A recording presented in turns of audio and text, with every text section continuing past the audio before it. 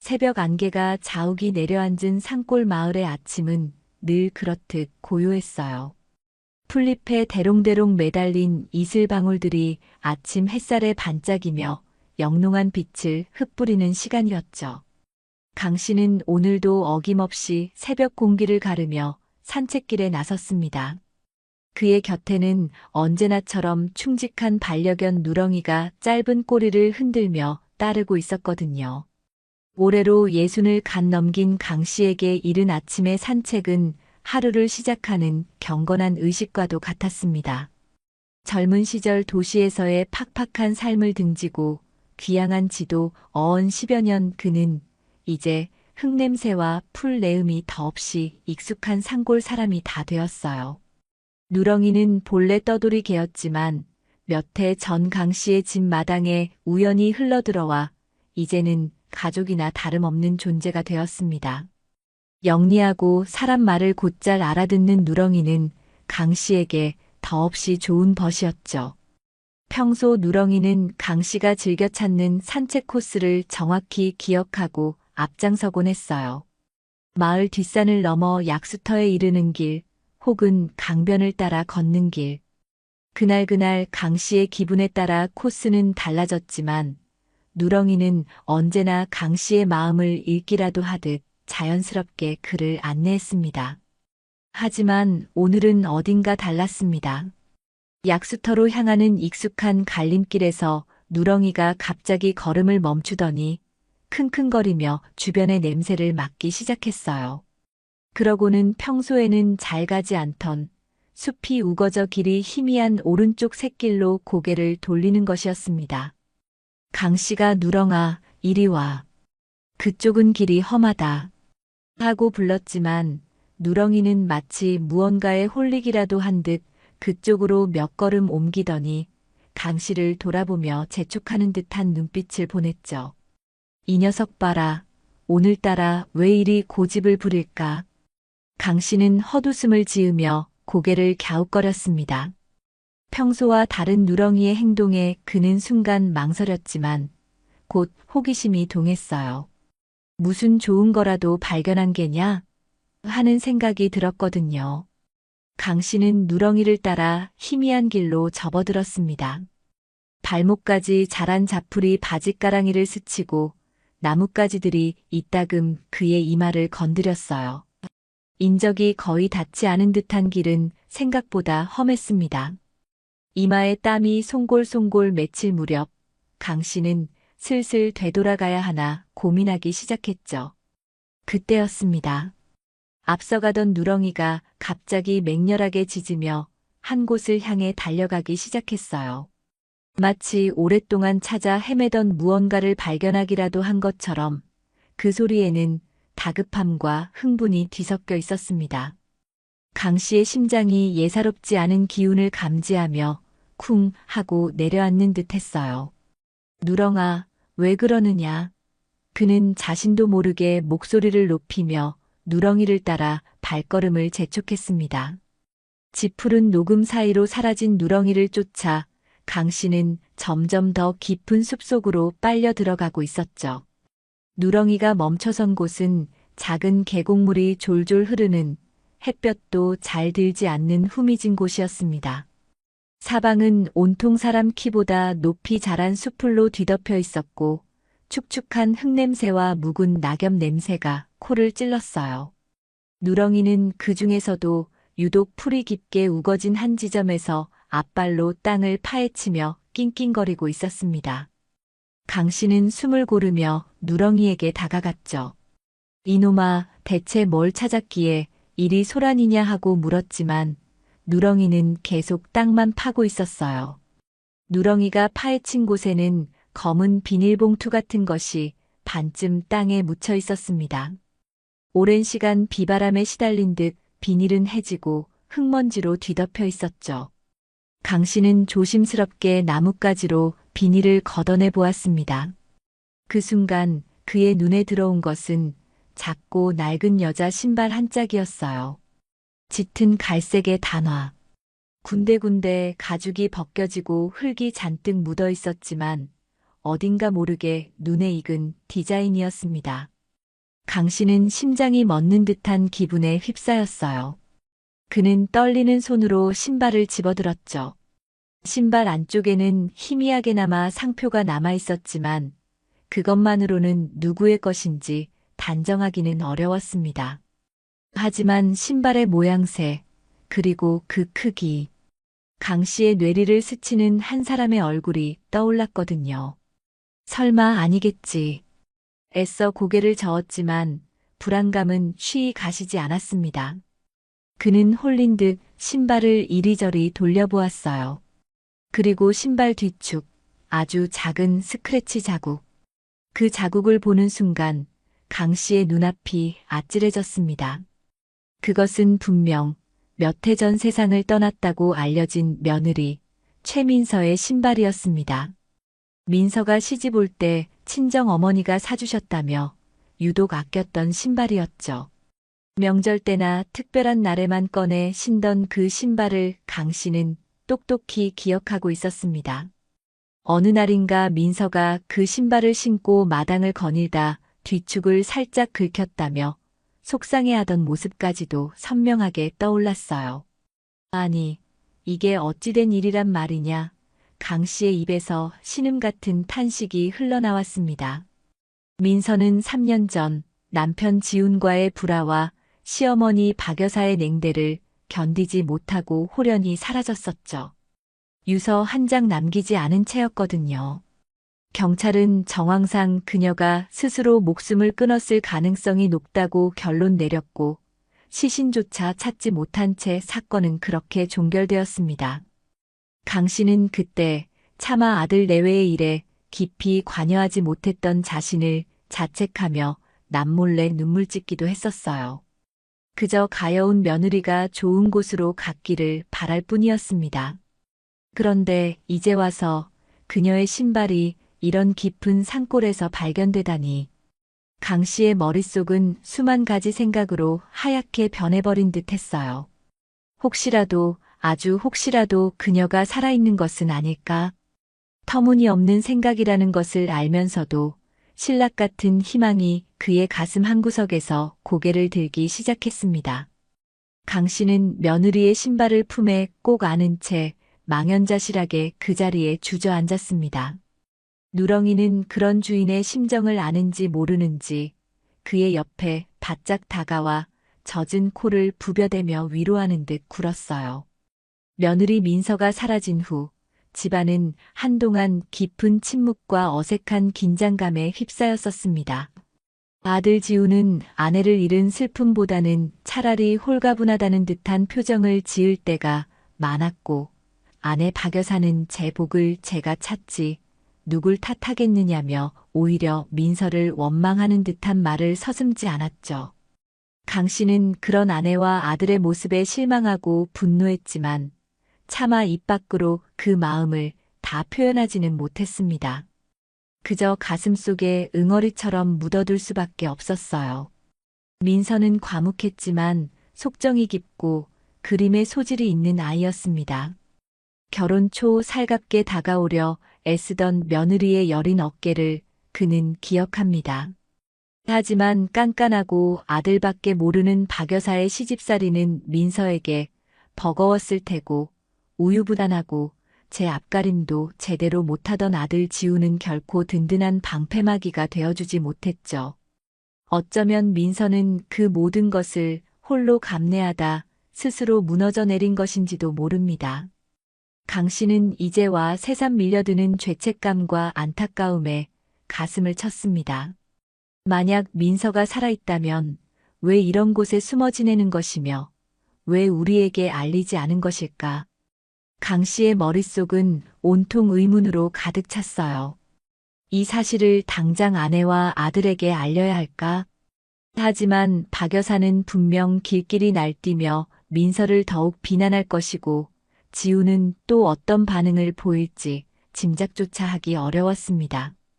섣불리 일을 터뜨렸다가 상황을 더 악화시킬 수도 있다는 생각이 들었죠. 어쩌면 민서가 가족들 모르게 숨어 지내야만 하는 절박한 이유가 있을지도 모릅니다.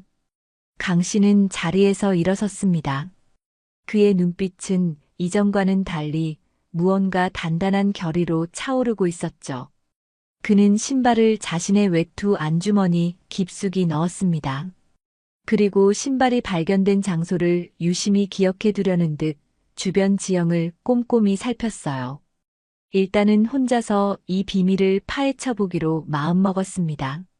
누렁이가 아니었다면 영원히 묻힐 뻔했던 진실의 한 조각. 그는 이 작은 단서가 자신을 어디로 이끌지 알 수 없었지만 외면할 수는 없었습니다.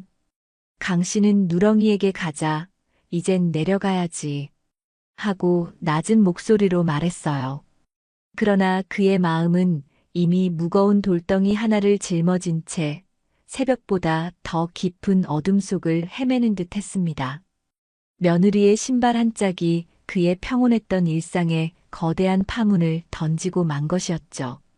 집으로 돌아가는 그의 발걸음은 천근만근 무거웠습니다. 다음 날 동이채 트기도 전 강 씨는 뜬 눈으로 밤을 지새우다 결국 뒤척이며 몸을 일으켰습니다. 간밤에 본 며느리의 신발 한 짝이 마치 어둠 속에서 살아 움직이는 것처럼 그의 눈앞에 생생하게 어른거렸거든요. 며칠 전 겪었던 그 충격적인 순간은 잠시도 그의 뇌리에서 떠나지 않았습니다. 아내 박 여사에게는 그저 새벽 공기가 쐬고 싶다는 평범한 이유를 둘러대고 그는 어느 때보다 조용히 방문을 나섰어요. 그의 그림자가 새벽의 푸르스름한 어둠 속으로 길게 늘어졌습니다. 그의 발길은 어제 미처 다 풀지 못한 거대한 의문과 신락 같은 희망을 동시에 품은 채 다시 그 숲속 깊은 곳으로 향하고 있었죠. 혹시라도 민서가 아니면 그녀가 남긴 또 다른 흔적이라도 찾을 수 있을까 하는 간절함이 그의 발걸음을 재촉했습니다. 충직한 누렁이는 오늘도 강 씨의 무거운 마음을 아는지 모르는지 그의 곁을 그림자처럼 말없이 따랐어요. 마치 어제 자신이 한 일이 앞으로 펼쳐질 거대한 이야기의 시작을 알리는 중대한 열쇠였음을 어렴풋이 감지하고 있기라도 한 것처럼 강 씨의 조심스러운 발걸음에 그림자처럼 보조를 맞추었습니다. 숲으로 들어서는 길목에서 느껴지는 새벽 공기는 유난히 차갑고 무겁게 느껴졌죠. 어제 그 낡은 신발 한 짝을 발견했던 작은 계곡 근처에 다다르자 강 씨는 이전보다 훨씬 더 몸가짐을 신중히 했습니다. 그의 모든 신경이 곤두서는 듯 했어요. 혹시라도 민서가 정말 이 근처에 은신하고 있다면 작은 인기척에도 놀라 자취를 감춰버릴 수도 있다는 생각 때문이었습니다. 그는 누렁이의 목덜미를 가볍게 쓰다듬으며 조용히 하라는 눈짓을 보냈고 마치 사냥을 앞둔 노련한 사냥꾼처럼 발소리를 죽여가며 주변의 지형지물을 샅샅이 살피기 시작했어요. 마른 낙엽조차 밟지 않으려는 그의 노력은 처절하기까지 했습니다. 우거진 풀숲을 조심스럽게 헤치고 수십 년은 됨직한 고목의 뒤편을 살피고 햇볕이 잘 들지 않는 바위 틈까지도 혹시나 하는 마음에 놓치지 않으려 애썼죠. 그의 이마에는 어느새 식은땀이 송골송골 맺혀 있었습니다. 한참을 그렇게 숨막히는 수색을 이어가던 강 씨의 날카로운 눈에 마침내 아주 미세하지만 결정적인 변화가 포착되었습니다. 얼핏 보면 그저 자연스러운 숲의 모습 중 하나로 치부하고 지나치기 쉬웠지만 그의 오랜 산골 생활 경험이 그것이 예사롭지 않음을 알려주고 있었죠. 자세히 살펴보니 분명 사람이 오랫동안 다닌 듯 풀이 지그시 눕혀진 좁은 오솔길이 희미하게나마 이어져 있었어요. 그 길은 어제 신발을 발견했던 바로 그 지점에서 마치 비밀의 문처럼 숲의 더 깊숙한 심장부로 향하고 있었습니다. 강 씨의 심장이 다시금 통제할 수 없을 만큼 빠르게 뛰기 시작했어요. 이 길의 끝에 무언가, 아니 누군가가 있음에 틀림없다. 그는 마른 침을 꿀꺽 삼키며 떨리는 다리를 애써 진정시키고 조심스럽게 그 비밀스러운 오솔길을 따라 첫 발걸음을 옮겼습니다. 얼마나 긴장하며 그 좁은 길을 따라 걸었을까요? 시간 감각마저 무뎌질 만큼 초조한 마음으로 숲을 헤쳐 나아가자 갑자기 시야가 트이면서 숲이 조금 거치고 따스한 아침 햇살이 부드럽게 스며드는 작은 공터 같은 곳이 마법처럼 나타났습니다. 그리고 강 씨는 저도 모르게 그 자리에 얼어붙은 듯 숨을 멈췄어요. 공터 한쪽에 사람이 살고 있는 것이 너무나 분명해 보이는 자그마한 오두막 한 채가 믿을 수 없게도 서 있었기 때문입니다. 언제 폭삭 주저앉아도 이상하지 않을 만큼 낡고 허름한, 금방이라도 쓰러질 것 같은 모양새의 오두막이었지만 그 오두막 지붕 위로 낮게 드리워진 굴뚝에서는 아주 희미하게나마 아침 식사를 준비하는 듯한 연기가 모락모락 피어오르고 있었죠. 그리고 오두막 바로 옆 정성스레 일군 것으로 보이는 작은 텃밭에는 배추와 무 몇 포기가 가을 햇살 아래 파릇파릇 자라고 있었습니다. 바로 그때였어요. 오두막 옆 반쯤 기울어진 헛간 그늘 아래서 아주 작은 그림자가 꼼지락거리며 움직이는 것이 그의 시야에 들어왔습니다. 너무나 작고 여린 분명 어린아이의 형상이었죠. 강 씨는 심장이 발밑으로 쿵 하고 떨어지는 듯한 엄청난 충격을 느꼈습니다. 아이라니. 설마 민서의 아이란 말인가. 그는 본능적으로 커다란 나무 뒤로 자신의 몸을 재빨리 숨긴 채 떨리는 눈으로 그 작은 생명체를 숨죽여 바라보았습니다. 4~5살쯤 되었을까 앙증맞은 분홍색 옷을 입은 여자아이로 보이는 아이가 아무 걱정 없이 혼자서 흙장난을 하며 알아들을 수 없는 노래를 흥얼거리고 있었어요. 가을 햇살에 유난히 반짝이는 아이의 까맣고 부드러운 머리카락, 조망만한 귀여운 얼굴. 거리가 너무 멀어서 아이의 이목구비를 자세히 분간할 수는 없었지만 어딘가 모르게 가슴 한구석이 저릿하게 아파오는 기묘한 느낌이었습니다. 어쩌면 그것은 할아버지로서의 본능이었을지도 모르죠.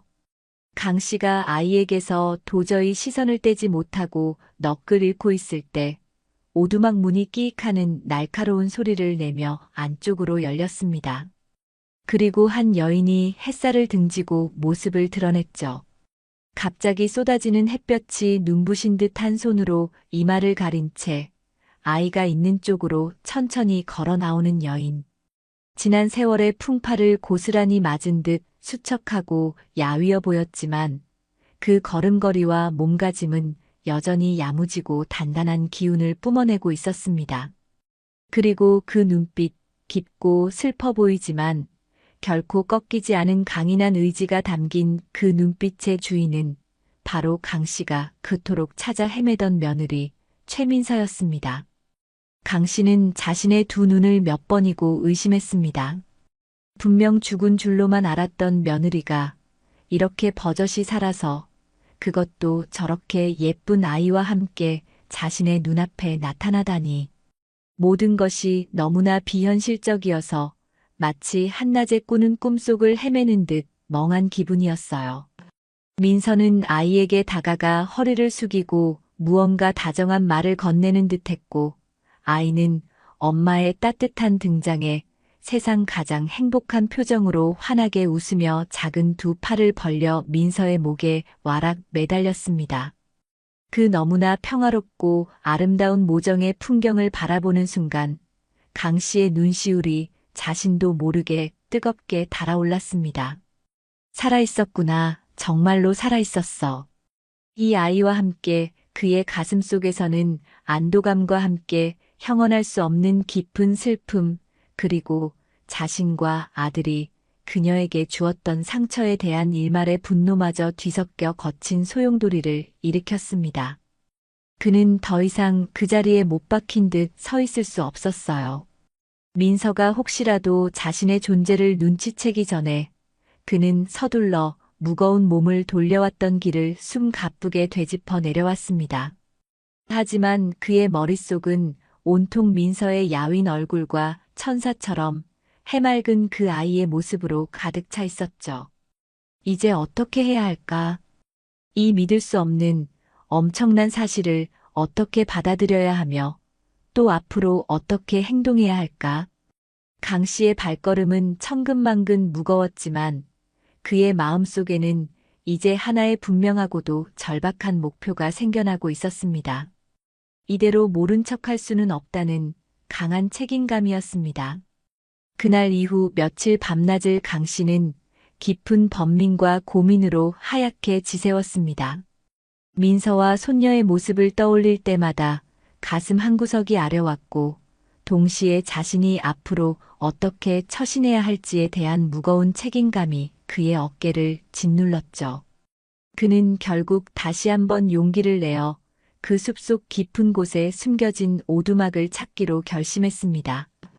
이번에는 결코 빈손으로 갈 수 없었어요. 집에서는 여전히 잠들어 있는 아내 박 여사의 눈을 피해 그는 조심스럽게 부엌으로 가 쌀한대와 밑반찬 몇 가지를 꺼냈습니다. 그리고 어물전에라도 다녀온 사람처럼 꾸미기 위해 장바구니에 그것들을 담고 아이가 좋아할 만한 빛깔 고운 사탕과 작은 과자 몇 봉지를 자신의 주머니에 슬며시 챙겨 넣었죠. 민서가 자신을 보고 어떤 반응을 보일지, 혹여 지난번처럼 자신을 보자마자 또다시 겁에 질려 달아나 버리지는 않을지 생각할수록 두려움도 컸습니다. 하지만 이대로 그 가여운 모녀를 외면할 수는 없다는 절박한 생각이 그의 등 뒤에서 더 강하게 그를 떠밀고 있었어요. 그는 오두막이 어렴풋이 보이기 시작하는 공터 근처에 이르러 일단 동행한 누렁이를 커다란 참나무에 단단히 묶어두었습니다. 혹시라도 영리한 누렁이가 먼저 달려들어 민서나 아이를 놀라게 할까봐 염려되었기 때문입니다. 누렁이는 주인의 깊은 속내를 아는지 낑낑거리지 않고 얌전히 그의 지시에 따랐죠. 강 씨는 마른 목을 축이기 위해 크게 헛기침을 한번 하고는 떨리는 마음을 다잡고 아주 천천히 오두막을 향해 다가갔습니다. 혹시라도 인기척을 낼까봐 발소리를 최대한 죽였지만 그의 심장 소리는 마치 마을 어귀의 큰 북소리처럼 그의 귓가에 요란하게 울리는 듯 했어요. 드디어 낡은 오두막 문 앞에 다다른 그는 잠시 숨을 고르며 망설이다가 최대한 부드럽고 낮은 목소리로 민서의 이름을 조용히 불렀습니다. 민서야, 혹시 안에 있느냐? 나다, 애비이다. 그의 목소리는 긴장감 때문인지 미세하게 떨리고 있었죠. 안에서는 한동안 아무런 대답도 인기척도 들려오지 않았습니다. 마치 빈집처럼 고요했어요. 강 씨는 가슴이 철렁 내려앉는 것을 느꼈지만 포기하지 않고 다시 한번 아까보다는 조금 더 또렷한 목소리로 민서를 불렀습니다. 민서야, 내가 온 것을 알고 있겠지. 잠깐이면 된다. 문 좀 열어주지 않겠니? 해치지 않으마. 그의 간절함이 깃든 목소리가 아침 숲의 맑은 정적을 가르고 스며들었습니다. 얼마나 시간이 흘렀을까요? 마침내 오두막 문이 아주 천천히 녹슨 경첩이 마찰하는 듯한 삐걱거리는 소리를 내며 안쪽으로 조금 열렸습니다. 그리고 그 좁은 문틈으로 극도의 경계심과 두려움이 가득한 민서의 창백한 얼굴이 나타났죠. 며칠 전 멀리서 보았을 때보다 훨씬 더 수척하고 핏기 없는 얼굴이었습니다.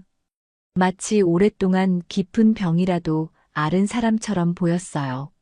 민서는 문 밖에 서 있는 강 씨를 확인하고는 믿을 수 없다는 듯, 그리고 동시에 깊은 절망에 빠진 듯한 표정을 지었습니다.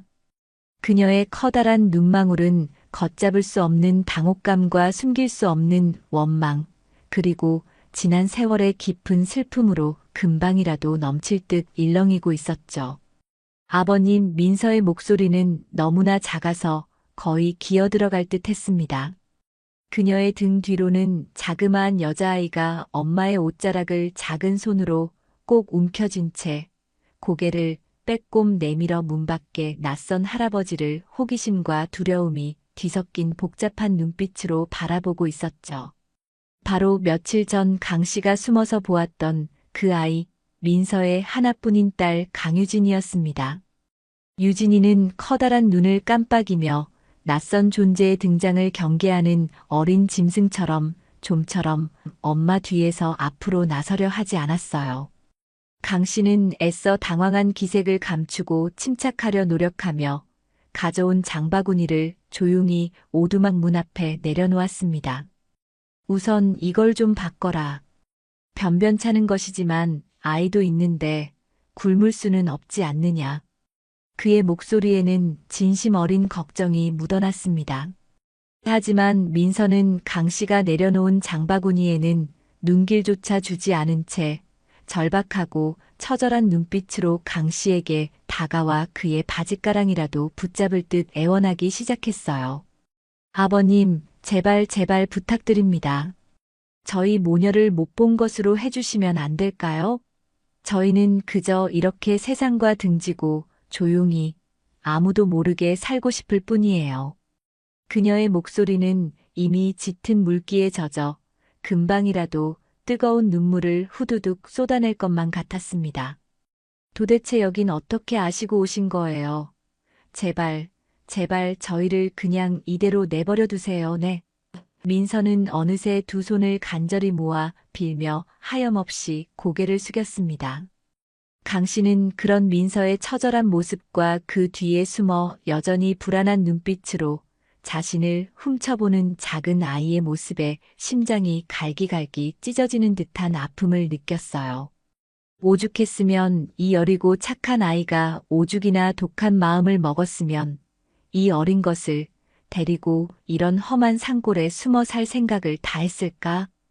그는 차마 민서의 그 간절한 부탁을 매정하게 거절할 수도, 그렇다고 이 기막힌 상황을 마냥 모른 척 묵인할 수도 없어 깊고 깊은 갈등에 휩싸였습니다. 그의 눈에는 어느새 주체할 수 없는 뜨거운 눈물이 방울방울 고여 있었죠. 한동안 오두막 앞 세 사람 사이에는 숨막히는 침묵만이 무겁게 감돌았습니다. 그 침묵 속에서 유진이의 작은 숨소리만이 유난히 크게 들려오는 듯했어요. 그날 가슴 아픈 재회 이후 강 씨는 며칠에 한 번씩 아내 박 여사의 눈을 피해 몰래 민서의 오두막을 찾았습니다. 그의 발걸음은 비밀스러웠지만 그 속에는 가여운 며느리와 손녀를 향한 깊은 연민과 책임감이 담겨 있었죠. 처음 오두막을 다시 찾았을 때 민서는 여전히 극도로 경계하며 문도 잘 열어주지 않으려 했어요. 강 씨는 그저 말없이 가져온 식량과 아이 옷까지 그리고 작은 장작더미를 문 앞에 두고 돌아설 수밖에 없었습니다. 하지만 강 씨가 아무런 위협도 가하지 않고 어떤 추궁도 없이 묵묵히 필요한 물건들을 가져다 놓고 돌아가는 날들이 반복되자 민서도 아주 조금씩은 마음에 굳게 닫힌 빗장을 풀기 시작하는 듯 했습니다. 무엇보다 어린 딸 유진이를 생각해서라도 강 씨의 꾸준한 도움을 마냥 외면하고 거절할 수만은 없었을 거예요. 며칠을 굶을 뻔한 적도 있었으니까요. 유진이는 처음에는 문틈으로 훔쳐보는 낯선 할아버지를 무서워하며 엄마 뒤에만 숨어 있었지만 강 씨가 슬쩍 놓고 간 빛깔 고운 사탕과 달콤한 과자 맛을 본 이후로는 조금씩 경계를 풀었습니다. 이제는 강 씨가 찾아오면 수줍게 고개를 숙여 인사를 건네거나 작별 인사를 할 때 작은 손을 흔들어 주기도 했죠. 강 씨는 그런 피부치 손녀의 작고 사랑스러운 모습에 가슴 한구석이 따뜻하게 녹아내리는 것을 느꼈습니다. 그것은 그가 아주 오랫동안 잊고 지냈던 종류의 감정이었어요. 어느덧 단풍이 곱게 물들기 시작한 가을날 저녁 무렵 강 씨는 여느 때처럼 약간의 곡식과 따뜻한 솜니부를 챙겨 민서의 오두막을 찾았습니다. 산속의 밤은 일찍 찾아오고 또 유난히 추웠으니까요. 민서는 마침 저녁 식사를 준비하고 있었는지 오두막 밖간이 아궁이에 나뭇가지를 넣으며 불을 지피고 있었습니다. 타닥타닥 장작 타는 소리가 고요한 숲속에 정겹게 울려 퍼졌죠. 강 씨가 가져온 쌀자루와 두툼한 솜니부를 건네자 민서는 처음으로 희미하게나마 고개를 숙여 고맙습니다, 아버님. 하고 분명한 목소리로 인사를 했습니다. 그 작은 변화와 진심이 담긴 목소리에 용기를 얻은 강 씨는 늘 마음속에 품고 있었지만 차마 꺼내지 못했던 질문을 조심스럽게 던졌어요. 애미야, 이제는 좀 괜찮다면 나에게 모든 것을 말해줄 수 있겠느냐? 어찌된 일인지, 어찌하여 이런 깊은 산속에서 이 어린 것과 이리 힘들게 지내고 있는 것인지 나는 도무지 이해할 수가 없구나. 민서는 잠시 아궁이 속에 타오르는 붉은 불꽃을 아무 말 없이 그저 멍하니 바라보았습니다. 그녀의 아름다웠던 얼굴에는 지난 몇 년간의 고통과 슬픔, 그리고 깊은 체념이 그림자처럼 드리워져 있었어요. 한참 동안의 무거운 침묵 끝에 민서는 마침내 아주 낮고 떨리는 목소리로 자신의 기구했던 이야기를 하나씩 털어놓기 시작했습니다. 그것은 마치 오래된 상처를 다시 헤집는 것처럼 고통스러운 과정이었죠. 시어머니 박 여사의 시도 때도 없는 구박과 아들을 낳아야 한다는 끊임없는 압박, 그리고 그 모든 갈등의 한가운데서 아무런 방패막이도 되어주지 못했던 무심한 남편 강지훈에 대한 깊고 깊은 절망감. 결혼 생활 내내 그녀는 마치 그 집안의 투명인간처럼 철저히 외로웠다고 고백했어요.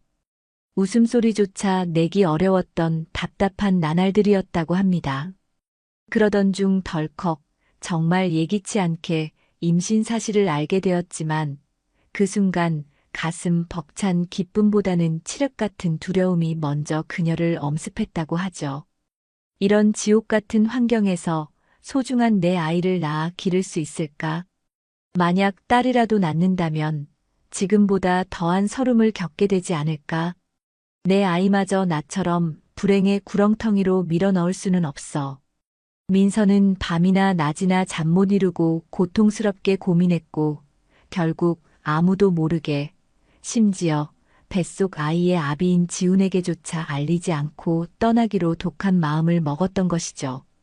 그녀는 자신이 깊은 강물에 몸을 던져 스스로 목숨을 끊은 것처럼 위장하기 위해 일부러 사람들이 자주 찾는 강가, 절벽 위에 자신의 낡은 소지품 몇 가지와 짧은 유서 비슷한 글귀를 남겨두고는 가진 돈도 거의 없는 빈털터리 상태로 무작정 이곳 아주 깊은 산골로 정처 없이 숨어들었다고 했습니다. 처음 얼마간은 지금 살고 있는 이 버려진 오두막에서 씻지도 먹지도 못하고 굶기를 밥 먹듯 했고 한겨울 매서운 추위 속에서 갓 태어난 어린 유진이를 품에 안고 혹독한 겨울밤을 지새울 때는 정말이지 모든 것을 포기하고 죽고 싶다는 생각밖에 들지 않았다고 해요. 그때마다 자신을 살린 것은 오직 갓난 유진이의 가녀린 숨소리뿐이었다고 했습니다. 민서의 이야기는 마치 오래된 흑백 영화의 한 장면처럼 담담하게 이어졌지만 그 속에는 칼로 베인 듯 뼈아픈 고통과 하염없이 흘러내린 눈물이 흥건히 배어 있었습니다. 그녀는 오직 하나뿐인 딸 유진이만을 생각하며 유진이의 해맑은 미소만을 등불 삼아 하루하루를 짐승처럼 버텨왔다고 했죠. 아이가 감기라도 걸려 뜨거운 열에 시달릴 때면 변변한 해열제 한 알 구하지 못해 밤새도록 아이의 작은 몸을 차가운 물수건으로 닦아내며 그저 울면서 기도하는 수밖에 없었다는 처절한 대목에서는 듣고 있던 강 씨도 더 이상 북받치는 감정을 참을 수 없었습니다. 그는 그저 아무 말 없이 민서의 가늘고 마른 어깨를 자신의 투박하고 커다란 손으로 가만히 토닥여줄 뿐이었어요. 오죽했으면 내 새끼가 오죽이나 힘들었으면 강 씨의 목소리도 어느새 축축하게 젖어 있었습니다. 민서는 그제야 참고 참았던 뜨거운 울음을 한꺼번에 터뜨리며 어린아이처럼 한참을 어깨를 들썩이며 서럽게 울었죠. 강 씨는 그날 밤 민서가 힘겹게 들려준 그 아프고 시린 과거의 엄청난 무게에 온몸이 짓눌려 무거운 마음으로 어두운 산길을 내려와야 했습니다. 그는 이제 민서와 그 어린 손녀 유진이를 이대로 비참하게 내버려 둘 수 없다는 것을, 그리고 이 꼬일 대로 꼬여버린 문제를 해결하기 위해서는 자신이 어떻게든 용기를 내어 무언가를 해야만 한다는 것을 뼈저리게 절실히 깨달았습니다. 그 밤 강 씨는 뜬 눈으로 고민하며 결단을 내려야 했죠. 민서와 그토록 사랑스러운 손녀 유진이의 존재를 가슴에 품게 된 이후로 강 씨의 일상은 이전과는 결코 같을 수가 없었습니다. 그는 겉으로는 아무렇지도 않은 듯 평소와 다름없이 과묵하게 생활하려 애썼지만 그의 마음속은 늘 커다란 바위덩어리 하나를 얹어놓은 듯 무겁고 답답했죠. 밤에는 깊은 잠을 이루지 못하고 뒤척이기 일쑤였고 낮에는 멍하니 먼 산을 바라보거나 깊은 생각에 잠겨있는 시간이 눈에 띄게 늘어갔습니다. 그의 수심 가득한 얼굴은 아무리 감추려 해도 숨겨지지 않았어요. 매일 얼굴을 마주하고 사는 아내 박 여사는 그런 남편의 심상치 않은 변화를 누구보다 먼저 그리고 예민하게 감지했습니다. 영감, 안색이 통 안 좋아 보이는데 혹시 어디 편찮으신 거 아니에요? 요즘 통 기운도 없어 보이시고 좋아하시던 곰국도 잘 안 드시잖아요. 하고 걱정스러운 눈빛으로 물었지만 강 씨는 그저 나이가 들어서 그런가 보다. 별일 아니니 걱정 말게. 하고 애써 태어난 척 얼버무릴 뿐이었죠. 차마 민서와 유진이에 관한 그 엄청난 이야기를 아내에게 섣불리 꺼낼 용기가 나지 않았거든요.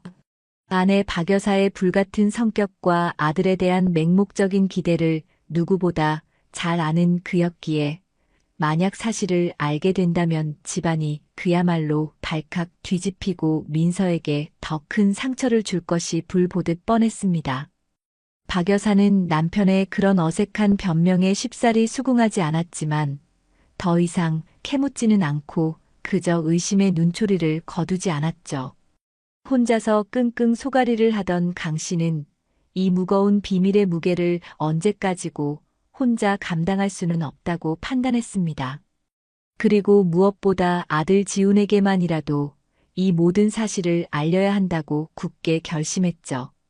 지훈 역시 민서의 법적인 남편이고 한 번도 본 적 없는 유진이의 생부로서 이 모든 진실을 알 권리가 있으며 또한 그에 따른 책임을 져야 한다고 생각했습니다. 며칠 후 강 씨는 큰 결심을 하고 읍내 시장 어귀에서 작은 그릇 가게를 운영하는 아들 지훈을 찾아갔어요. 가게 안은 손님 없이 한산했고 지훈은 카운터에 앉아 꾸벅꾸벅 졸고 있었습니다. 강 씨는 아들의 어깨를 가볍게 두드려 깨우고는 가게 안쪽의 작은 방으로 데리고 들어가 어렵게 그리고 아주 무겁게 입을 열었습니다. 민서가 기적처럼 살아있으며 아무도 모르는 깊은 산골에서 어린 딸아이와 함께 상상할 수 없을 만큼 힘들고 외롭게 살아가고 있다는 충격적인 사실을 떨리는 목소리로 털어놓았죠. 지우는 처음에는 아버지의 말을 전혀 믿지 못하는 듯 마치 실없는 농담이라도 들은 것처럼 황당하고 어이없다는 표정을 지었습니다. 하지만 강 씨의 그 어느 때보다 진지하고 침통한 얼굴과 가늘게 떨리는 목소리에서 그것이 결코 거짓이나 농담이 아님을 깨닫고는 순간적으로 얼굴에서 핏기가 사라지며 엄청난 충격에 휩싸였어요. 아, 아버님, 그게 정말 사실입니까? 민서가 제 아내 민서가 살아있다고요? 그리고 제 아이까지 있다는 말씀이세요? 지훈의 얼굴은 순식간에 백지장처럼 하얗게 질렸고 그의 커다란 눈에는 걷잡을 수 없는 당혹감과 깊은 죄책감 그리고 믿을 수 없는 현실에 대한 극도의 혼란스러움이 한데 뒤섞여 거칠게 일렁였습니다. 지훈은 한동안 아무 말도 하지 못하고 마치 영혼이라도 빠져나간 사람처럼 망연자실한 표정으로 허공만 응시하고 있었습니다. 그의 머릿속은 과거 자신이 민서에게 저질렀던 수많은 무심함과 용서받지 못할 어리석었던 행동들이 마치 파노라마 영상처럼 쉴 새 없이 스쳐 지나갔죠. 시어머니의 모진 등살에 못 이겨 단 한 번도 아내를 따뜻하게 감싸주지 못했던 자신의 비겁함, 민서의 깊은 외로움과 눈물을 애써 외면하고 방관했던 자신의 이기심, 심지어는 그녀가 흔적도 없이 사라졌을 때 슬픔보다는 오히려 홀가분함과 일말의 안도감마저 느꼈던 자신의 파렴치함까지. 숨막히는 후회와 뼈저린 자책감이 거대한 파도처럼 그의 온몸으로 밀려와 그의 가슴을 인정사정 없이 아프게 후려쳤습니다. 제가 민서에게 도대체 무슨 짓을 한 겁니까? 저는 인간도 아닙니다. 지우는 자신의 머리를 감싸쥐었습니다. 그는 당장이라도 그 깊은 산골로 달려가 민서의 발 앞에 무릎 꿇고 빌며 피눈물로 용서를 구하고 싶었어요. 그리고 단 한 번도 따뜻하게 안아보지 못한 자신의 아이를, 그 존재조차 몰랐던 자신의 핏줄을 만나고 싶었습니다. 아버지, 제발 당장 저를 민서가 있는 곳으로 데려다 주십시오. 제가 다 잘못했습니다. 제가 100번이고 1000번이고 빌어야 합니다. 그리고 제 아이를 만나야겠습니다. 지우는 거의 울부짖듯 애원하며 강 씨의 주름진 손을 다급하게 잡았습니다. 강 씨는 그런 아들의 처절한 모습을 한없이 안쓰럽고 착잡한 눈빛으로 바라보며 천천히 고개를 저었어요. 아직은 안 된다, 지훈아. 지금 내가 그렇게 갑자기 나타나면 민서가 더 크게 놀라고 더 깊은 상처를 받을 수 있다. 그 아이는 아직 마음의 준비가 전혀 되지 않았을 게다. 조금만 더 시간을 갖고 내 진심을 보여줄 수 있는 방법을 찾아야 한다. 그리고 무엇보다 유진이, 내 딸에게도 충격을 주어서는 안 되지 않겠니? 강 씨는 흥분한 아들을 간신히 진정시키며 낮은 목소리로 조심스럽게 타일렀습니다. 지우는 아버지의 침착한 말에 일단 끓어오르는 감정을 억누르고 이성을 되찾았지만 그의 마음은 이미 험한 산골 외딴 오두막에 외롭게 있을 민서와 단 한 번도 보지 못한 딸 유진에게로 달려가고 있었습니다. 강 씨는 아들 지훈의 그토록 간절하고 애끓는 바람을 참아 끝까지 외면할 수는 없었습니다. 아비로서, 그리고 한때 민서를 아꼈던 시아버지로서 그는 이 꼬인 매듭을 풀기 위해 어떻게든 노력해야 한다고 생각했죠. 며칠 후 그는 다시 민서의 오두막을 찾아 조심스럽게 지훈의 이야기를 꺼냈습니다. 지훈이 모든 사실을 알고 있으며 과거 자신의 잘못을 뼈저리게 뉘우치고 있고 단 한 번만이라도 직접 만나 진심으로 용서를 빌고 싶어 한다고 차분히 전했죠. 또한 유진이에게도 언젠가는 아빠의 존재를 알려야 하지 않겠냐고 설득했습니다. 민서는 처음에는 마치 전기에라도 감전된 사람처럼 펄쩍 뛰며 완강히 거부했어요. 다시는 그 사람의 얼굴을 보고 싶지 않다고, 이제 와서 그런 말을 하는 것이 무슨 소용이냐며 싸늘하게 고개를 저었습니다. 그녀의 눈빛에는 여전히 깊은 상처와 불신이 가득했죠. 하지만 강 씨가 몇 날 며칠을 찾아와 진심으로 간곡히 설득하고 무엇보다 어린 딸 유진이의 미래를 위해서라도 아빠라는 존재를 아예 외면하게 해서는 안 되지 않겠냐는 현실적인 말에 민서의 얼음장 같던 마음도 아주 조금씩은 흔들리는 듯 했습니다. 결국 민서는 깊은 한숨과 함께 너무나 어렵게 지훈과의 만남을 단 한 번만 허락했죠. 다만 어린 유진이가 충격을 받거나 놀라지 않도록 최대한 조심해달라는 간곡한 부탁과 함께였습니다. 그녀의 목소리는 여전히 불안감으로 떨리고 있었어요. 드디어 약속한 날, 강 씨는 아침 일찍부터 안절부절 못하는 지훈과 함께 무거운 발걸음으로 민서의 오두막으로 향했습니다. 지훈의 얼굴은 극도의 긴장과 초조함으로 창백하게 굳어 있었고 연신 마른 침을 삼키며 불안한 기색을 전혀 감추지 못했어요. 그의 손에는 유진이에게 줄 작은 인형과 그림책이 들려 있었지만 그것을 제대로 건넬 수 있을지조차 자신이 없어 보였습니다. 드디어 오두막 앞에 도착하자 민서가 유진이의 작은 손을 꼭 잡고 문 밖으로 천천히 걸어 나왔습니다. 몇 년 만에 이렇게 가까이서 마주한 민서의 모습에 지우는 순간적으로 숨이 멎는 듯한 충격을 받았습니다. 그녀는 예전보다 훨씬 더 야위고 수척해졌지만 그 깊고 슬픈 눈빛만은 여전히 쉽게 꺾이지 않을 단단한 심지를 담고 있었죠. 민서는 지훈을 아무런 감정도 느껴지지 않는 그저 담담하고 싸늘한 눈빛으로 바라볼 뿐 어떤 말도 먼저 건네지 않았습니다. 유진이는 처음 보는 낯선 남자의 강렬한 시선에 잔뜩 겁을 먹고 어색해하며 엄마 민서의 등 뒤로 얼른 숨어버렸어요. 그리고는 고개만 빼꼼 내밀어 경계심 가득한 눈으로 지훈을 훔쳐보았습니다.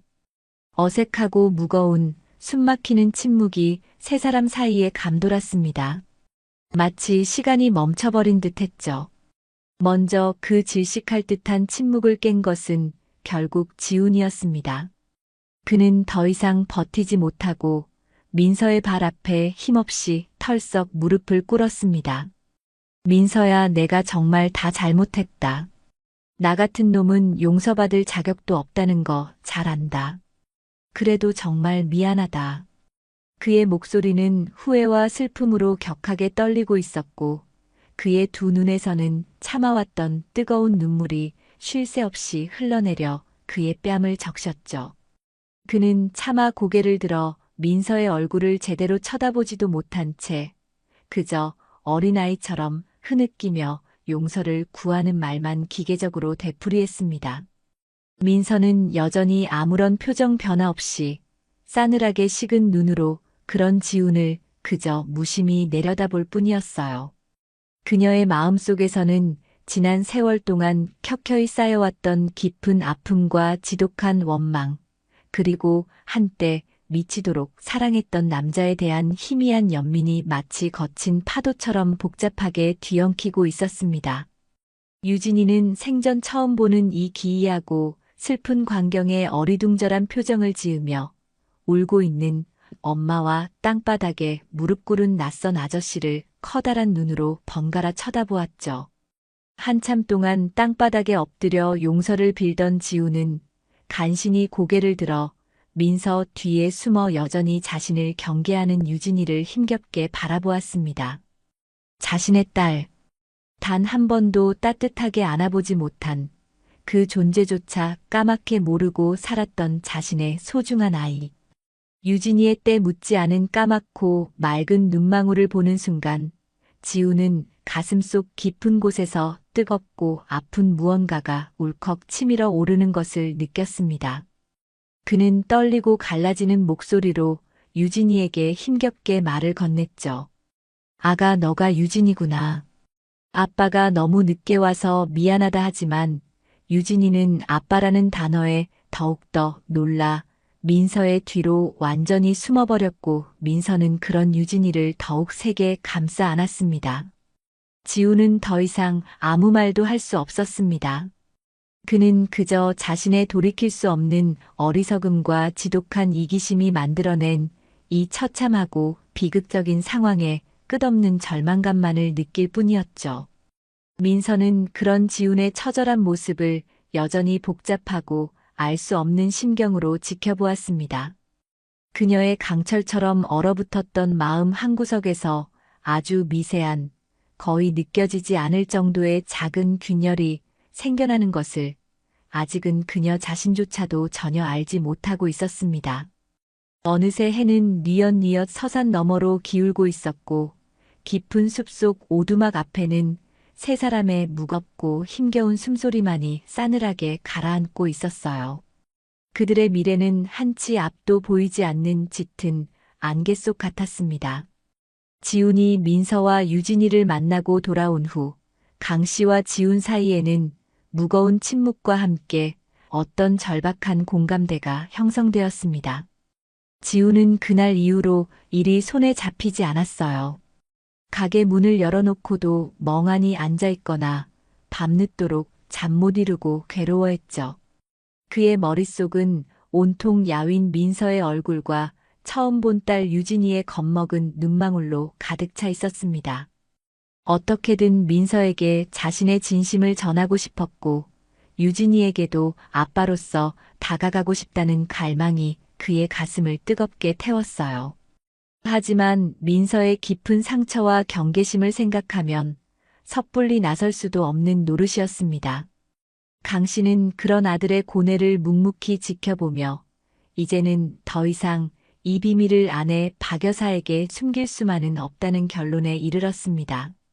언젠가는 밝혀져야 할 일이고 어쩌면 박 여사의 존재가 이 복잡하게 꼬인 실타래를 푸는데 예상치 못한 역할을 할 수도 있다는 신락 같은 기대도 있었죠. 며칠 후 강 씨는 지훈을 자신의 방으로 불렀습니다. 그리고는 낮은 목소리로 말했어요. 지훈아, 이제는 내 어머니에게도 모든 것을 말씀드려야 할 것 같다. 언제까지고 우리 둘만 이 비밀을 안고 갈 수는 없는 일 아니겠느냐. 지훈은 아버지의 말에 얼굴이 하얗게 질렸습니다. 어머니 박 여사의 불같은 성정을 누구보다 잘 아는 그였기에 이 사실을 알게 되었을 때 닥쳐올 후폭풍이 두려웠거든요.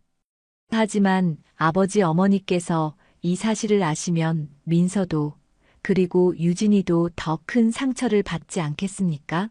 어머니 성격에 가만히 계시지 않을 텐데요. 지훈의 목소리에는 깊은 불안감이 배어 있었습니다. 강 씨는 아들의 어깨를 다독이며 말했죠. 나도 그 점이 가장 걱정이다.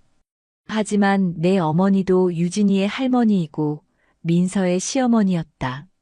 언젠가는 알아야 할 일이라면 더 늦기 전에 우리가 먼저 알리는 것이 옳다고 생각한다. 우리가 함께 내 어머니를 설득해 보자꾸나. 두 사람은 밤늦도록 머리를 맞대고 어떻게 박 여사에게 이 충격적인 사실을 전해야 할지, 그리고 그녀의 예상되는 반응에 어떻게 대처해야 할지 의논했습니다. 하지만 뾰족한 수는 떠오르지 않았어요. 그저 폭풍이 몰아치기 전에 고요함처럼 무거운 긴장감만이 방 안을 감돌 뿐이었습니다. 한편 박 여사는 요즘 들어 부쩍 비밀스러운 남편과 아들의 행동에 의심의 눈초리를 거두지 않고 있었죠. 두 사람이 자기만 빼놓고 무언가 중대한 일을 꾸미고 있다는 불길한 예감이 그녀의 신경을 곤두서게 만들었습니다. 그녀는 수시로 강 씨의 서재를 기웃거리거나 지훈의 방을 불쑥 찾아가 떠보는 등 나름의 방식으로 정보를 캐내려 했지만 두 남자는 약속이나 한 듯 입을 굳게 다물고 있었어요. 결전의 날은 생각보다 빨리 찾아왔습니다. 그날 저녁 온 가족이 저녁 식사를 위해 식탁에 둘러앉았을 때였죠. 평소보다 말수가 적고 안색이 어두운 남편과 아들의 모습에 박 여사는 결국 참지 못하고 먼저 포문을 열었습니다. 당신이랑 지훈이 요즘 나한테 뭐 숨기는 거라도 있는 거예요? 두 사람 다 안색도 안 좋고 며칠 전부터 뭔가 이상하다는 거 나도 다 알고 있어요. 대체 무슨 일이길래 나한테까지 쉬쉬하는 건데요? 그녀의 목소리는 날카롭고 차가웠습니다. 강 씨는 지훈과 눈빛을 교환하고는 어렵게 입을 열었어요. 여보, 사실은 당신에게 해야 할 말이 있어. 아주 중요한 이야기요. 그리고는 민서가 살아있으며 산골에서 어린 딸 유진이와 함께 힘들게 지내고 있다는 사실을 떨리는 목소리로 하지만 분명하게 털어놓았습니다. 지훈은 고개를 숙인 채 아무 말도 하지 못했죠. 박 여사는 처음에는 남편의 말을 전혀 믿지 못하는 듯 지금 농담하시는 거예요? 죽은 애가 어떻게 살아있다는 말이에요? 하며 황당하다는 표정을 지었습니다. 하지만 강 씨의 진지하고 침통한 표정과 아들 지훈의 괴로운 침묵에서 그것이 결코 거짓이 아님을 직감한 순간 그녀의 얼굴은 경악과 불신으로 하얗게 질렸어요. 그리고 잠시 후 엄청난 배신감과 분노가 그녀의 온몸을 지배하기 시작했습니다. 뭐라고요? 그 아이가 살아있다고요? 그것도 애까지 데리고 그래서 지금까지 우리 모두를 감쪽같이 속이고 있었다는 말이에요? 박 여사의 목소리는 가늘게 떨리더니 이내 고성을 동반한 격한 분노로 폭발했습니다. 그녀는 식탁을 내리치며 벌떡 일어섰죠. 기가 막혀서 어떻게 그런 파렴치한 년이 다 있단 말이에요. 우리를 우롱해도 유분수지 죽은 사람 취급이나 받고 그리고 당신들은 그걸 알고도 나한테 숨겨왔다는 거예요? 박 여사의 분노는 걷잡을 수 없이 타올랐습니다. 그녀는 민서가 자신들을 기만하고 지훈을 버렸으며 집안에 먹칠을 했다며 온갖 비난과 저주를 퍼부었어요. 그녀에게 민서는 더 이상 가여운 며느리가 아니라 자신과 아들을 배신한 파렴치한 요부일 뿐이었습니다. 그녀의 눈에는 시뻘건 불꽃이 이는 듯했죠. 그년이 감히 누구 아이라고 함부로 낳아길러 지훈이 너는 그걸 알고도 가만히 있었어? 당장 가서 그년 머리채라도 잡고 끌고 오지 못하고 지훈이 떨리는 목소리로 어머니, 제발 민서도 그럴 만한 사정이 있었을 겁니다. 그리고 유진이는 제 딸입니다. 하고 항변하려 했지만 박 여사는 아들의 말을 들으려 하지도 않았습니다. 사정? 무슨 사정? 시부모 속이고 남편 버리고 도망친 년한테 무슨 사정이 있다는 거냐? 그리고 내 딸이라고? 내가 뭘 안다고 그게 내 딸이라는 걸 확신해. 그녀의 입에서는 차마 입에 담기 힘든 모진 말들이 쏟아져 나왔죠. 강 씨가 여보, 제발 진정하고 내 말 좀 들어보시오. 민서도 그동안 말 못할 고생을 많이 했소. 그리고 유진이는 분명 우리 손녀요. 하며 아내를 진정시키려 했지만 이미 이성을 잃은 박 여사에게는 어떤 말도 통하지 않았습니다. 집안은 그야말로 아수라장이 되었고 박 여사는 민서를 절대 용서할 수 없으며 그 아이 또한 자신의 손녀로 인정할 수 없다고 완강하게 소리쳤어요. 그날 밤 강 씨의 집에는 잠 못 이루는 세 사람의 깊은 한숨과 절망감만이 가득했습니다. 폭풍은 이제 막 시작된 것처럼 보였죠. 박 여사가 민서와 유진이의 존재를 알게 된 후 강 씨의 집안은 그야말로 살얼음판을 걷는 듯한 긴장감이 감돌았습니다. 박 여사는 입만 열면 민서에 대한 원망과 분노를 쏟아냈고 강 씨와 지우는 그런 아내와 어머니 앞에서 가저 죄인처럼 고개를 숙일 수밖에 없었죠. 이런 험악한 분위기 속에서 며칠이 흘렀을 무렵 숲속 오두막에 예상치 못한 일이 생겼습니다. 갑자기 밤부터 어린 유진이가 열이 펄펄 끓으며 심하게 앓기 시작한 것이었어요. 민서는 어쩔 줄 몰라 당황했고 외딴 산골에서 마땅한 약도 없이 해줄 수 있는 것이라고는 밤새도록 아이의 이마에 찬 물수건을 갈아주는 것뿐이었습니다. 유진이는 고열에 시달리며 끙끙 앓는 소리를 냈고 그 소리를 들을 때마다 민서의 가슴은 갈기갈기 찢어지는 듯했죠. 이러다 우리 유진이가 잘못되기라도 하면 어쩌나. 그녀는 극도의 불안감과 절망감에 휩싸였습니다. 날이 밝자마자 민서는 고민 끝에 강 씨에게 도움을 청하기로 했어요. 자존심도 중요했지만 지금은 아이의 생명이 더 위급하다고 판단했기 때문입니다. 그녀는 아픈 유진이를 등에 업고 비틀거리며 산길을 내려와 약속된 장소에서 강 씨에게 유진이의 상태를 알렸죠.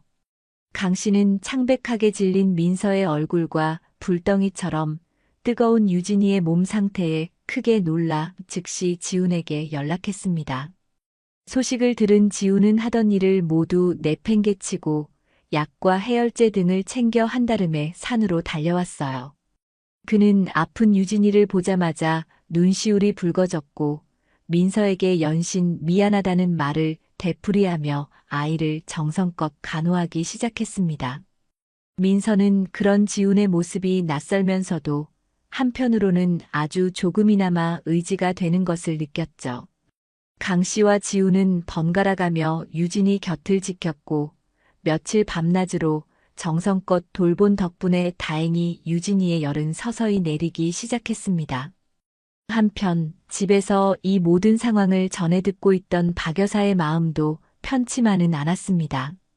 그녀는 여전히 민서에 대한 분노를 거두지 않았지만 단 한 번도 본 적 없는 어린 손녀가 아프다는 소식에 자신도 모르게 마음이 쓰였거든요.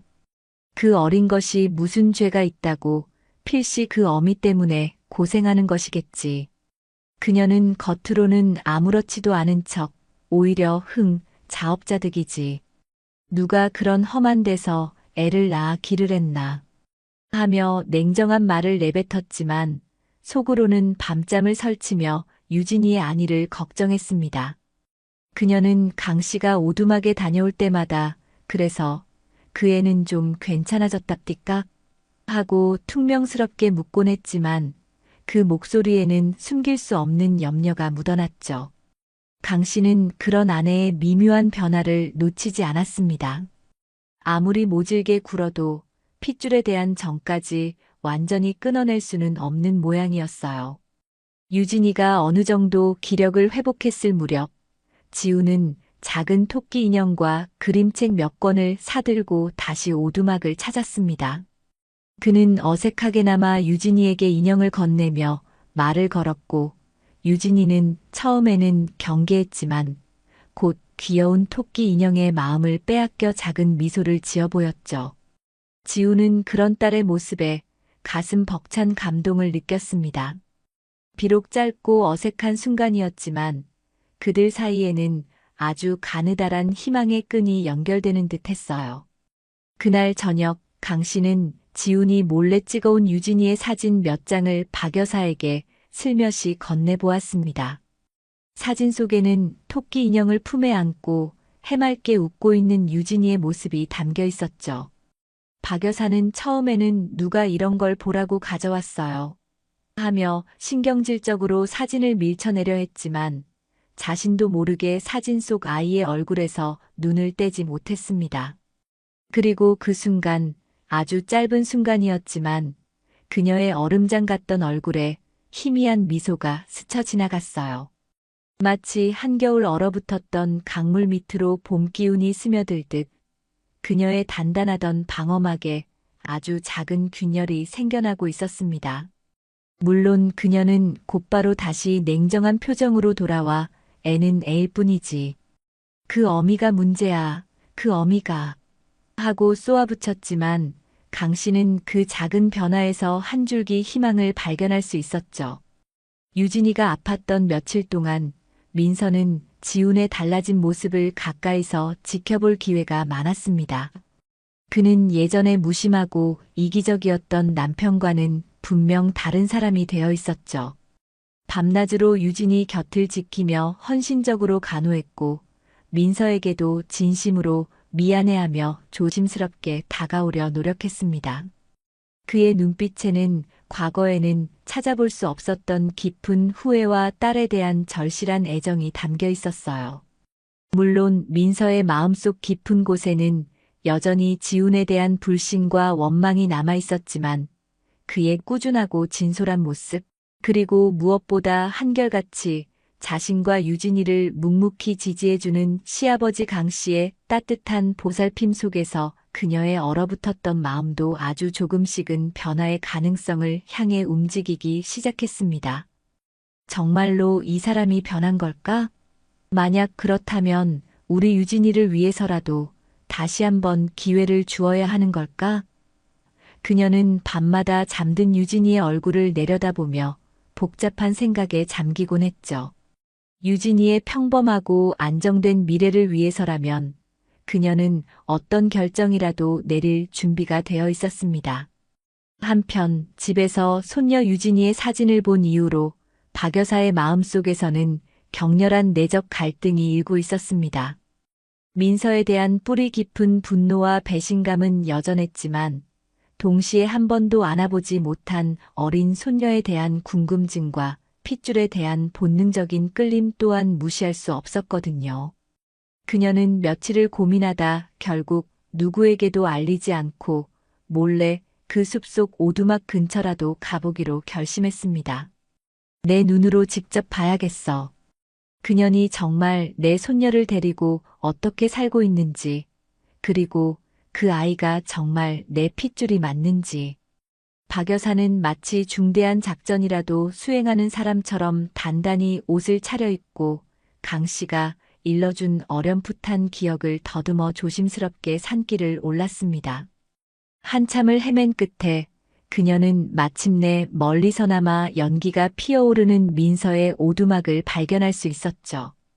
그녀는 커다란 나무 뒤에 몸을 숨기고 숨죽여 오두막 쪽을 살폈습니다. 마침 민서가 마당에서 유진이에게 햇볕을 좇으며 빨래를 널고 있었어요. 비록 남루한 차림이었지만 유진이를 바라보는 민서의 눈빛은 세상 그 누구보다 따뜻하고 헌신적이었습니다. 유진이는 엄마 곁을 종종거리며 따르다가 작은 꽃을 발견하고는 환하게 웃으며 민서에게 달려가 자랑했죠. 그 소박하지만 평화로운 모녀의 모습은 박 여사가 상상했던 것과는 사뭇 달랐습니다.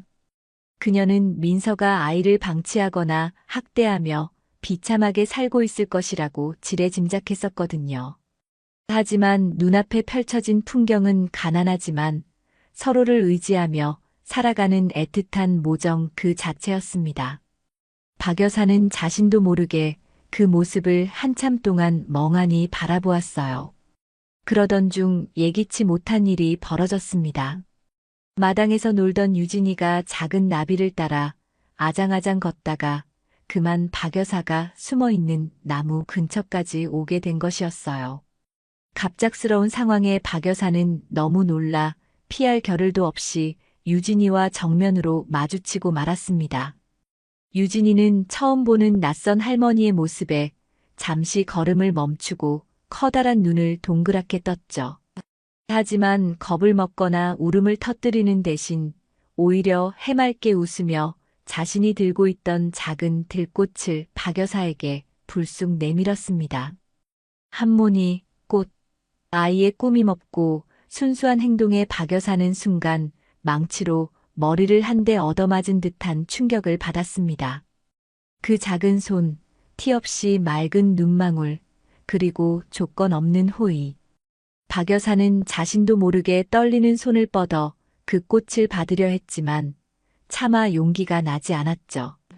바로 그때 유진이를 찾으러 나온 민서가 박 여사를 발견하고는 깜짝 놀라 그 자리에 얼어붙었습니다. 박 여사는 당황한 나머지 아무 말도 하지 못하고 황급히 몸을 돌려 도망치듯 산을 내려왔어요. 하지만 그녀의 머릿속에는 방금 전 유진이가 내밀었던 작은 들꽃과 한모니 하고 불렀던 그 천진난만한 목소리가 계속해서 맴돌았습니다. 가슴 한구석에서 뜨거운 무언가가 울컥 치밀어 오르는 것을 느끼며 그녀는 난생 처음으로 자신이 얼마나 어리석고 모진 사람이었는지 깨닫기 시작했죠. 변화의 씨앗은 그렇게 예기치 않은 순간에 가장 순수한 존재를 통해 그녀의 마음에 뿌려지고 있었습니다. 산에서 내려온 후 박 여사는 며칠 동안 깊은 혼란과 죄책감에 시달렸습니다. 유진이의 해맑은 얼굴과 한몬이라고 불렀던 그 목소리가 귓가에 생생하게 맴돌며 그녀를 괴롭혔죠. 그녀는 난생 처음으로 자신이 민서에게 얼마나 모질고 잔인하게 굴었는지, 그리고 그 결과로 한 가정을 파탄 직전까지 몰고 갔는지 뼈저리게 후회하기 시작했습니다. 문득 젊은 시절 자신 역시 시어머니의 엄한 시집살이와 남편의 무관심 속에서 홀로 눈물 찢던 과거가 떠올랐어요. 나도 그때는 참 힘들고 외로웠지. 그런데 나는 왜 며느리에게 똑같은, 아니 더한 고통을 주었을까? 그녀는 자신이 그토록 혐오했던 시어머니의 모습을 민서에게 그대로 투영했다는 사실을 깨닫고 깊은 자괴감에 빠졌습니다. 하지만 수십 년 동안 쌓아온 자존심과 고집 때문에 선뜻 자신의 잘못을 인정하고 사과할 용기는 나지 않았죠.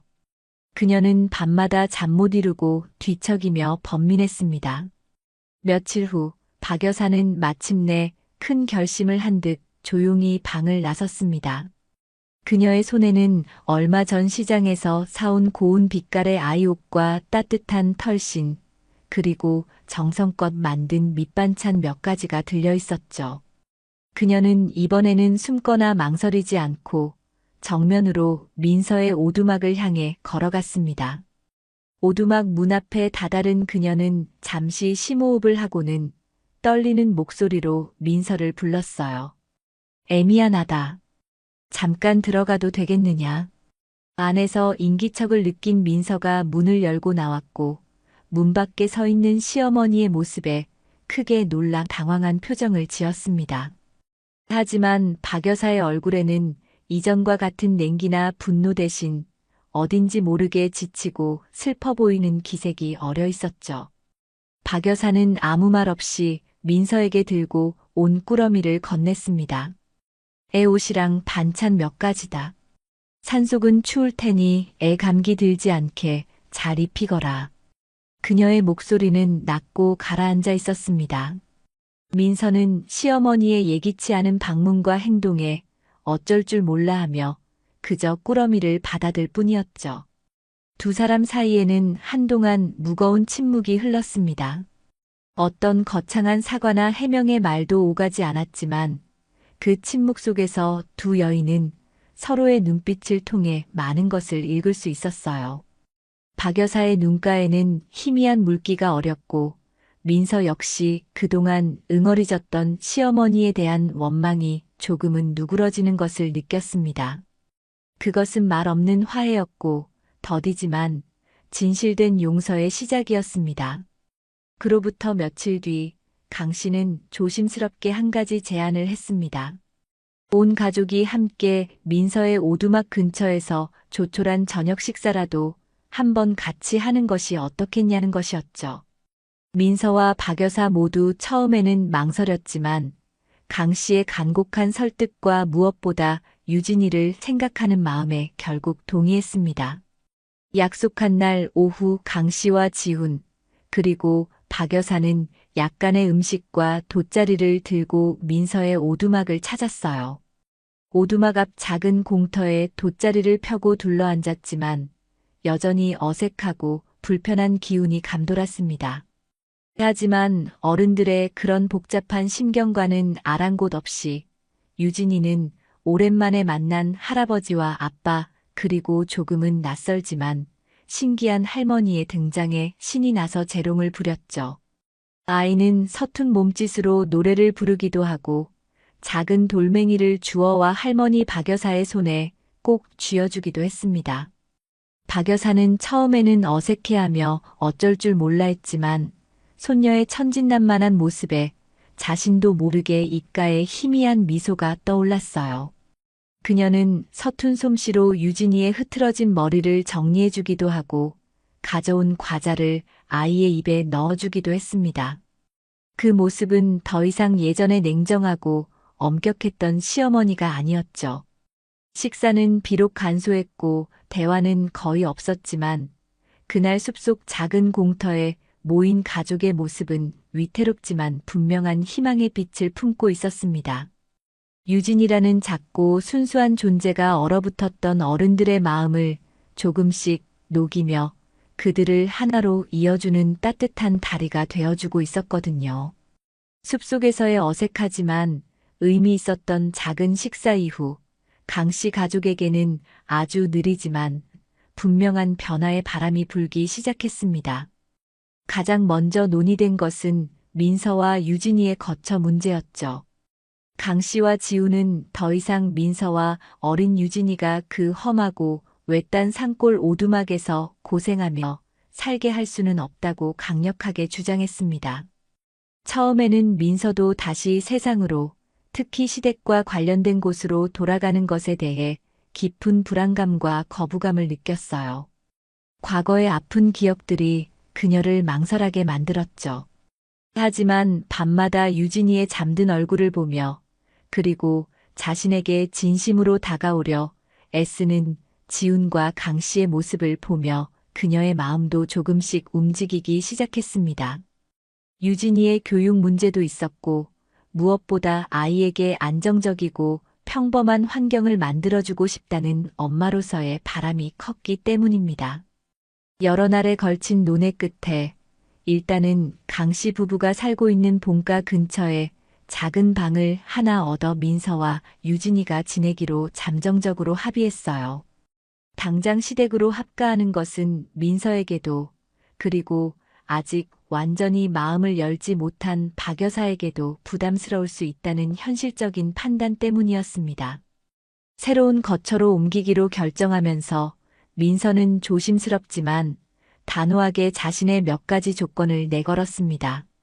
그것은 더 이상 과거처럼 일방적으로 참고 희생하는 삶을 살지 않겠다는 그녀의 다짐이기도 했죠. 그녀는 자신과 유진이가 하나의 독립된 인격체로서 존중받기를 원했고 자신의 삶에 대한 최소한의 자율성을 보장받기를 바랐습니다. 또한 지훈에게는 남편으로서 그리고 아버지로서 과거의 잘못을 진심으로 뉘우치고 앞으로 변함없이 가정을 지키겠다는 확고한 약속을 받고 싶어 했어요. 지훈은 민서의 모든 조건을 무조건 수용하며 눈물로 자신의 진심을 호소했습니다. 그는 앞으로 어떤 일이 있어도 민서와 유진이의 곁을 든든하게 지키는 좋은 남편, 좋은 아버지가 되겠다고 굳게 맹세했죠. 놀랍게도 박 여사 역시 민서가 내건 조건들에 대해 이전처럼 길길이 날뛰거나 반대하지 않았습니다. 그녀는 그저 침묵으로 어쩌면 마지못해 고개를 끄덕이는 것으로 그 모든 변화를 받아들이는 듯 했어요. 그것은 그녀 나름의 방식으로 과거의 자신과 화해하고 새로운 가족의 형태를 인정하려는 힘겨운 노력의 표시였습니다. 그녀의 마음속 깊은 곳에서도 완고했던 얼음이 녹아내리고 있음을 짐작하게 하는 대목이었죠. 며칠 후 민서와 유진이는 마침내 정들었던 숲속 오두막을 떠나 강 씨가 마련해준 아담한 세보금자리로 이사했습니다. 아직은 모든 것이 낯설고 어색했지만 그들의 얼굴에는 이전에는 볼 수 없었던 작은 설렘과 희미한 기대감이 감돌았어요. 이삿짐을 정리하던 어느 날 오후 유진이는 거실에서 그림책을 보던 박 여사에게 다가가 서툰 발음으로 할머니, 이 그림책 읽어주세요. 하고 말을 건넸습니다. 박 여사는 순간 당황했지만 이내 어색한 미소를 지으며 유진이를 자신의 무릎에 앉히고는 그림책을 천천히 읽어주기 시작했죠. 그 모습을 부엌에서 지켜보던 민서와 강 씨, 그리고 지훈의 얼굴에는 따뜻한 미소가 번졌습니다. 모든 상처가 하루아침에 아물 수는 없겠지만 그들은 이제 서로를 조금씩 이해하고 보듬어 안으며 새로운 희망을 향해 한 걸음씩 나아가고 있었어요. 그들 가족의 미래는 여전히 안개 속처럼 불투명한 구석도 있었지만 이제 그 안개 속에는 분명 따스한 햇살 한 줄기가 비치고 있었습니다. 가끔 강 씨는 충직한 누렁이와 함께 그들이 처음 민서를 발견했던 숲길을 산책하곤 했죠. 그 숲은 이제 슬픔과 비밀의 장소가 아닌 용서와 화해, 그리고 새로운 시작을 안겨준 고마운 공간으로 그들의 기억 속에 자리 잡고 있었습니다. 숲은 여전히 그들 가족에게 낮은 목소리로 하지만 분명한 희망의 노래를 속삭여주는 듯 했어요. 그들의 이야기는 아직 끝나지 않았지만 분명 더 나은 내일을 향해 흘러가고 있습니다.